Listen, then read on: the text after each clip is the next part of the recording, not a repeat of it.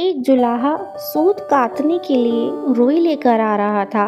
वह नदी किनारे सुस्ताने के लिए बैठा ही था कि जोर की आंधी आई। आंधी में उसकी सारी रुई उड़ गई।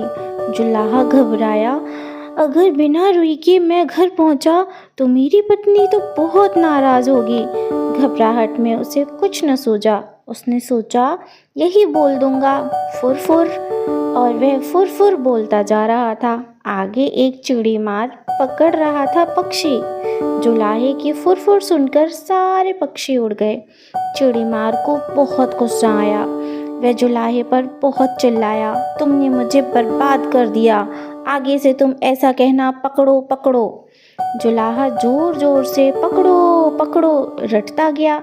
रास्ते में कुछ चोर रुपए गिन रहे थे। जुलाहे की पकड़ो पकड़ो सुनकर वे घबरा गए।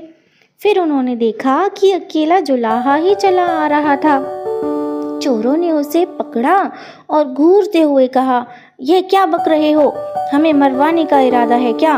तुमने कहना चाहिए, इसको रखो ढेरों लाओ, समझे? जुलाहा यही कहता हुआ आगे बढ़ गया, इसको रखो ढेरों लाओ। जब वह शमशान के पास से गुजर रहा था तो वहाँ गांव वाले शवों को जला रहे थे। उस गांव में हैजा फैला हुआ था। लोगों ने जुलाहे को कहता सुना, इसको रखो ढेरों लाओ। तब उन्हें बड़ा गुस्सा आया। वे चिल्लाए, तुम्हें शर्म नहीं आती? हमारे गांव में इतनी भारी दुख फैला हुआ है और तुम ऐसा बकते हो? तुम्हें कहना चाहिए, यह तो बड़े दुख की बात है।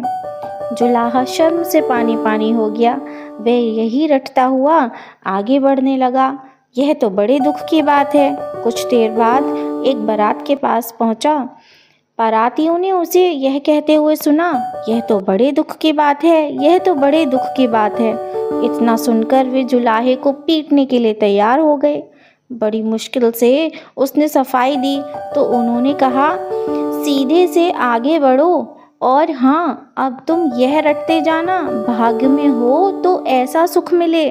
अब जुलाहा यही रटता हुआ अपनी राह चल पड़ा। चलते चलते अंधेरा हो गया। घर से निकलते समय उसकी पत्नी ने उससे यही कहा था कि जहाँ रात हो जाए वहीं सो जाना। जुलाहा भी थक गया था, वह वहाँ सो गया। अगले दिन जब सुबह उसके मुंह पर पानी पड़ा तब जुलाहा हड़बड़ा कर उठा। आंखें खोली तो देखता ही रह गया, यह तो उसी का घर था।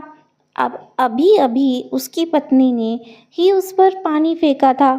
जुलाहे के मुंह से निकला, भाग्य में हो तो ऐसा सुख मिले। इस कहानी से हमें यह सीखने को मिलता है कि जीवन में परिस्थितियाँ चाहे जैसी भी हों, हमें अपनी मनोदशा और परिस्थितियों के अनुसार अपने शब्दों और व्यवहार को संतुलित रखना चाहिए। जुलाहा अपनी घबराहट से बार बार बदलते संदेशों के कारण विभिन्न स्थितियों में गलतफहमियों का शिकार होता है।